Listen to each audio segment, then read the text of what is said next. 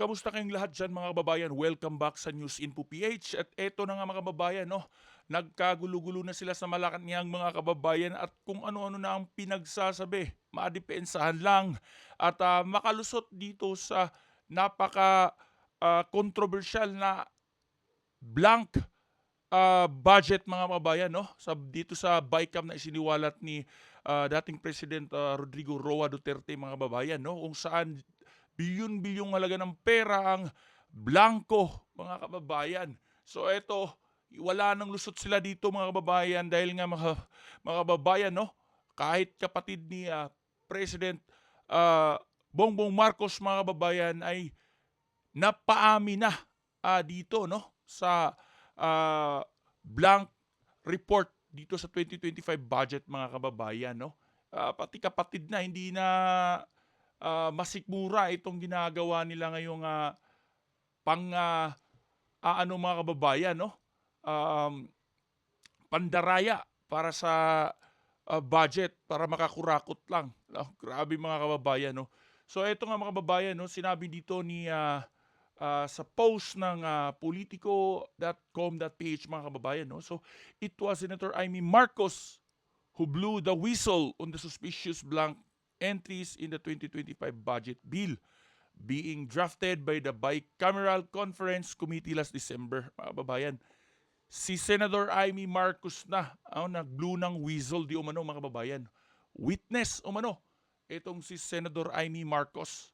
So grabe mga kababayan no. Sinabi nga dito ni Amy Marcos mga kababayan sa kanyang speech na walang mga detalye o paliwanag ni walang konkretong numero no.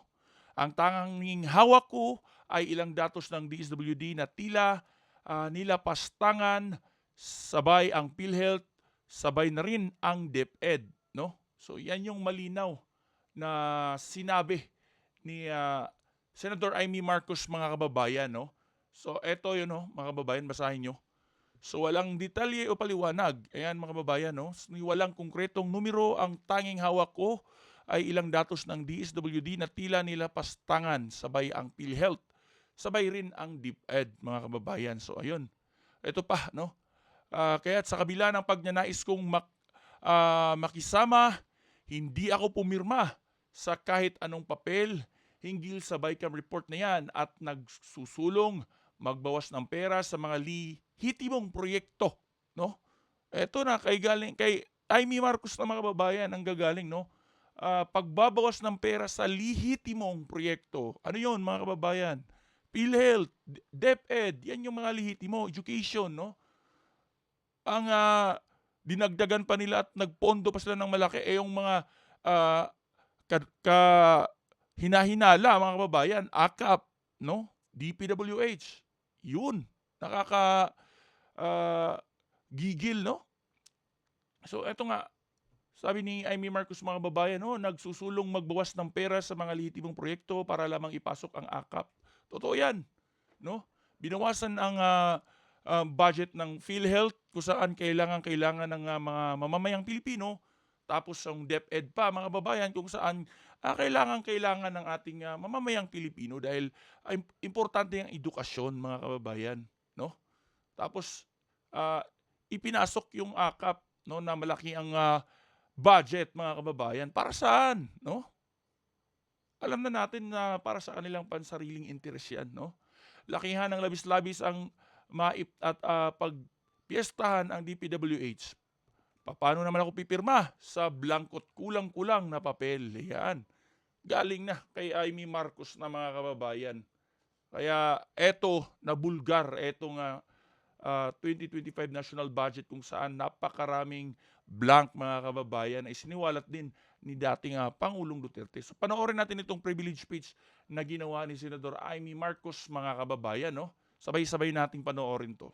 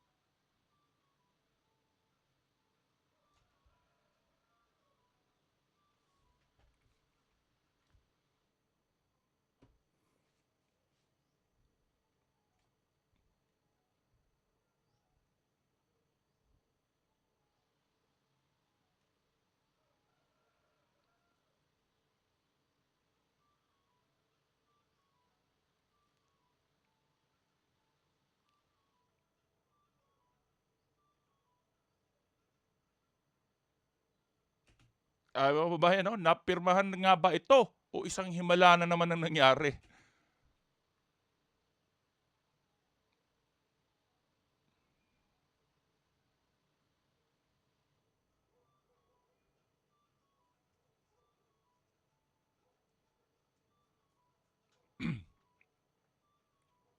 Sabi mga kababayan.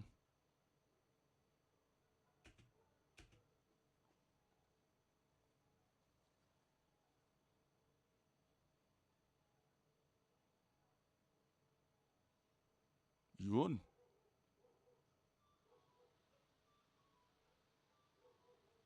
Kita niyo mga kababayan, no? Kababalagan.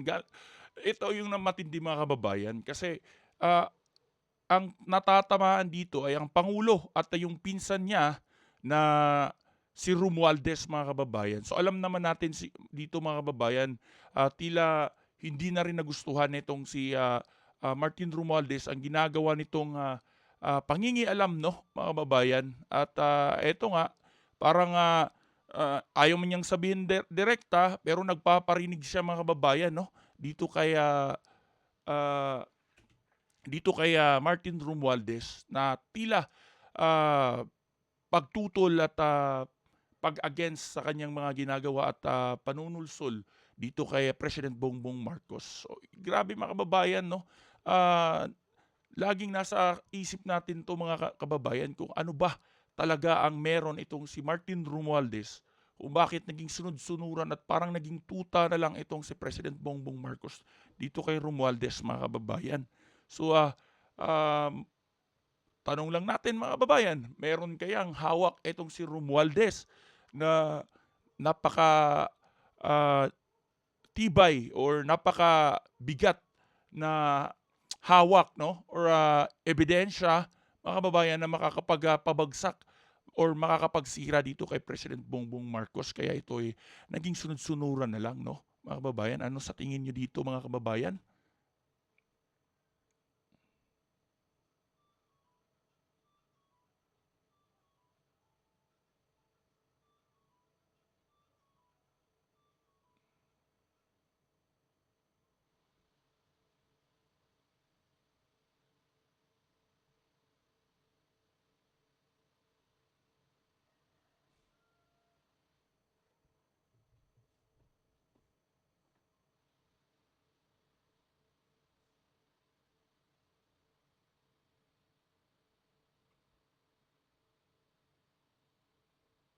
Kita yung mga kababayan, no?